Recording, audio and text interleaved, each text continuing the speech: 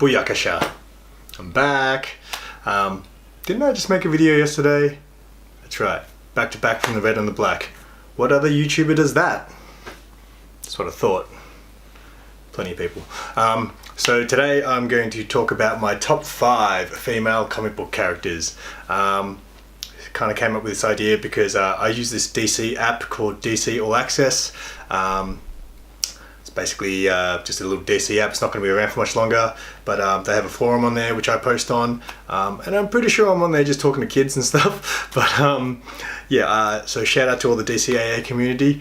But someone was brought up the topic the other day of like, hey girls, which superhero or comic book guys would you date if they were real, and guys, which comic book girls would you date if they were real? And I'm like literally sitting there like, and I'm like, I feel really weird that I answered that. So I figured I may as well make a video about it. Feel a little bit weird because this day and age people are probably going to be like, oh, you're such a pig, man, you are an absolute pig for rating comic book girls. Hey, I like comics, I like girls, so let's talk about the ladies of the comic book world.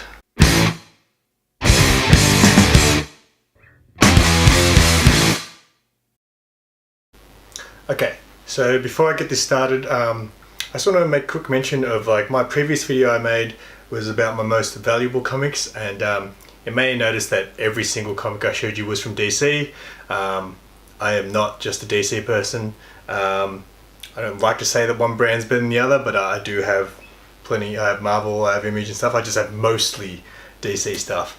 And yeah, so I'm not going to say one brand's better than the other, but look, if they drew a line in the sand and we were like, you got to choose a side, otherwise Superman and Spider-Man will punch you in the dick, I'd be like, ugh. I'd jump on the DC side for sure.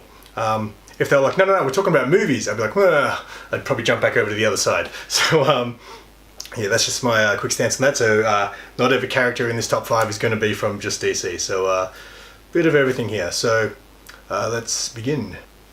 Okay, so number 5 is probably the hardest thing, because straight away when I thought about doing this video, I already knew 4 characters that are my 4 favorites. I didn't actually have a 5th, so I literally thought about this just in the last hour, who I would pick for number 5. Now let's just make this one thing clear here.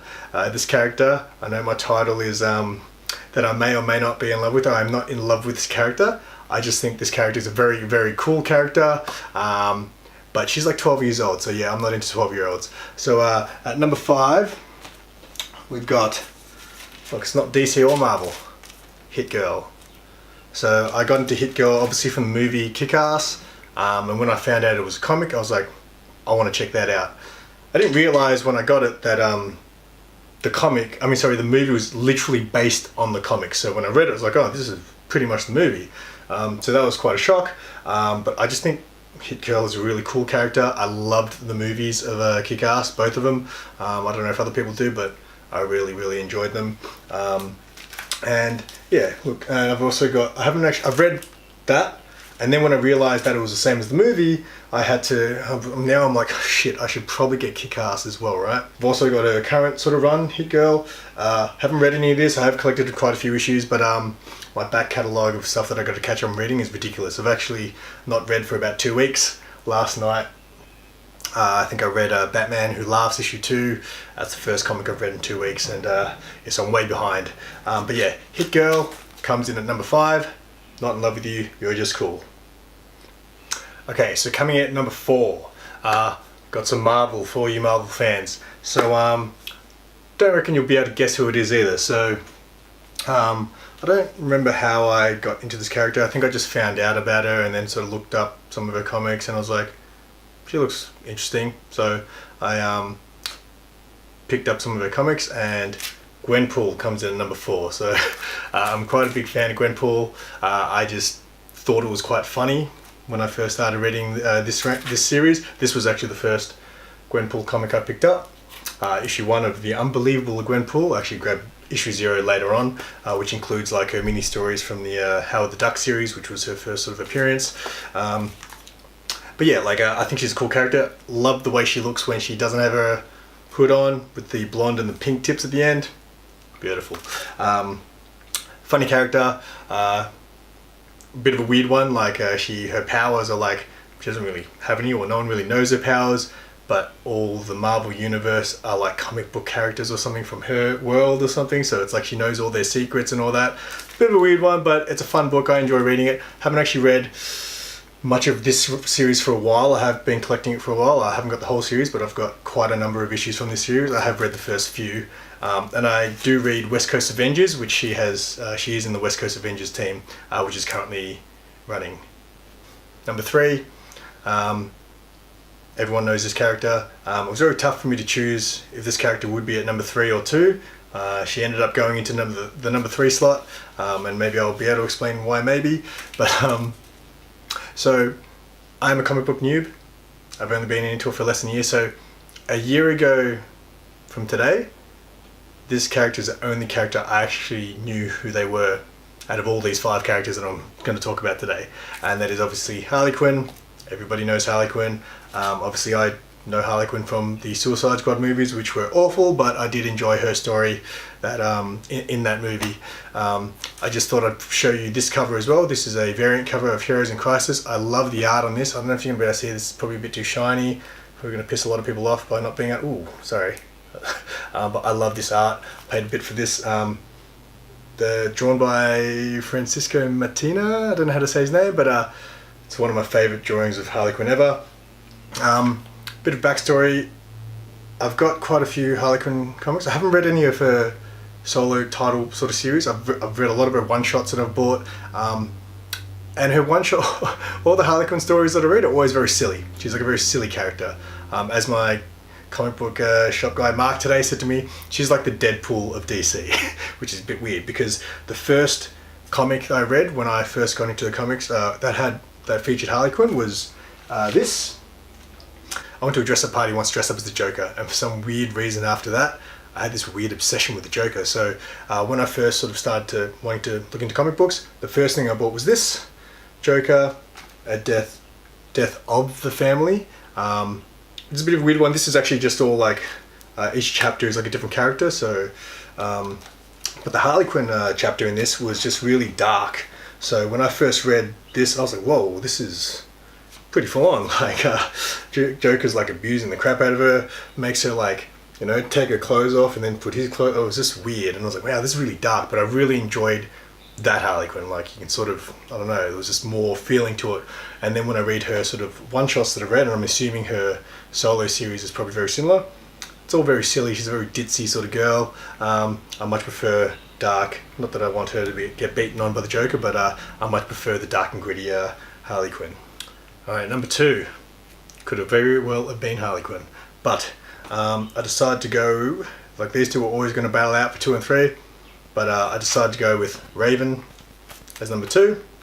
The way I was introduced to Raven was a bit of a weird one. I used to be really into this girl, and unfortunately she wasn't as into me as I was into her, so that didn't work out.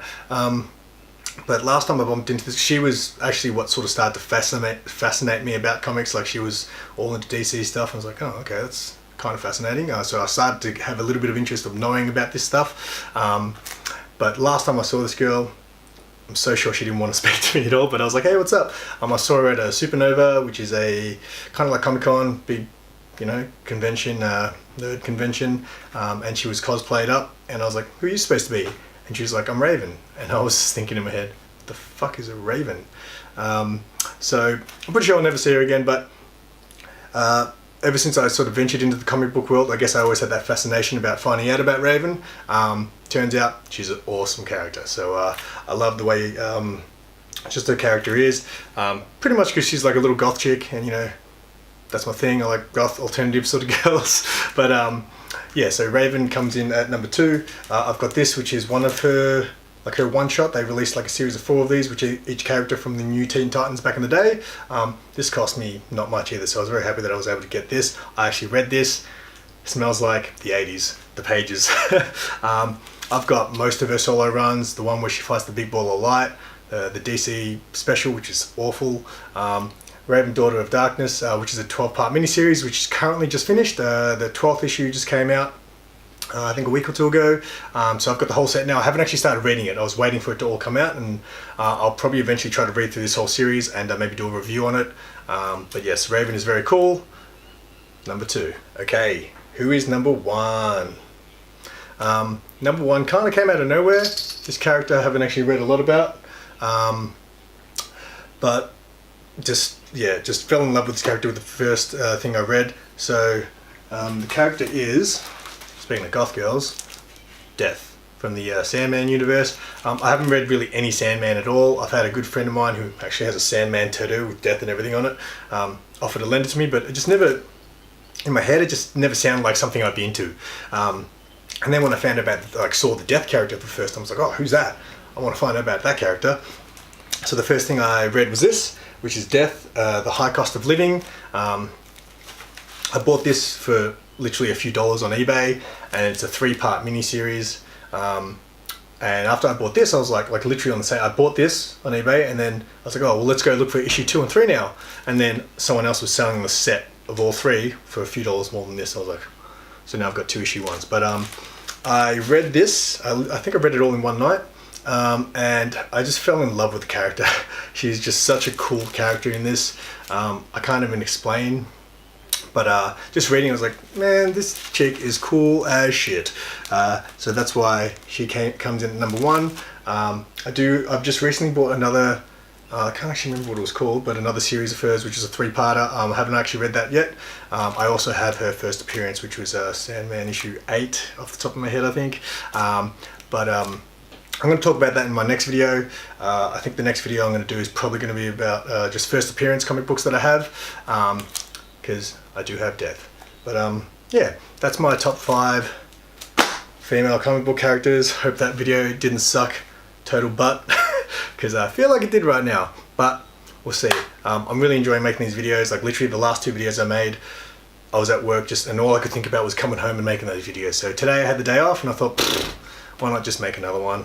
You know what I mean? So anyway, I hope you enjoyed it. I don't know. Till next time, hit the subscribe button.